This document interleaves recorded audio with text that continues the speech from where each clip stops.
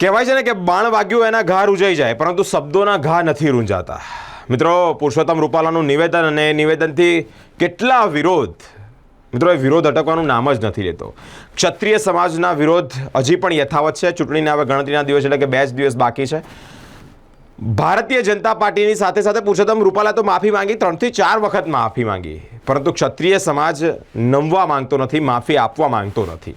ત્યારે ભારતીય જનતા પાર્ટીએ 5મી મે એટલે કે આજના દિવસે પોતાના જ એક લેટર પેડ પર ક્ષત્રિય સમાજને અપીલ કરી છે કે ક્ષમા વિરસ્ય ભૂષણમ, ક્ષાત્ર ધર્મને સાર્થક કરી ભારતીય જનતા પાર્ટીને સમર્થન આપી અને પોતાની ઉદારતા દાખવે.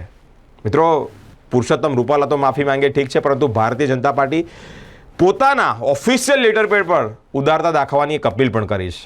જોઈએ ક્ષત્રિય સમાજ, રાજપૂત સમાજ કે આ કરણી સેના, આ તમામ લોકો જે છે તે લોકો ઉદારતા દાખવે છે કે પછી પોતાનો વિરોધ યથાવત રાખે છે અને ભારતીય જનતા પાર્ટીની સામે હજી પણ વિરોધ કરી રહ્યા છે. જોવું રહ્યું.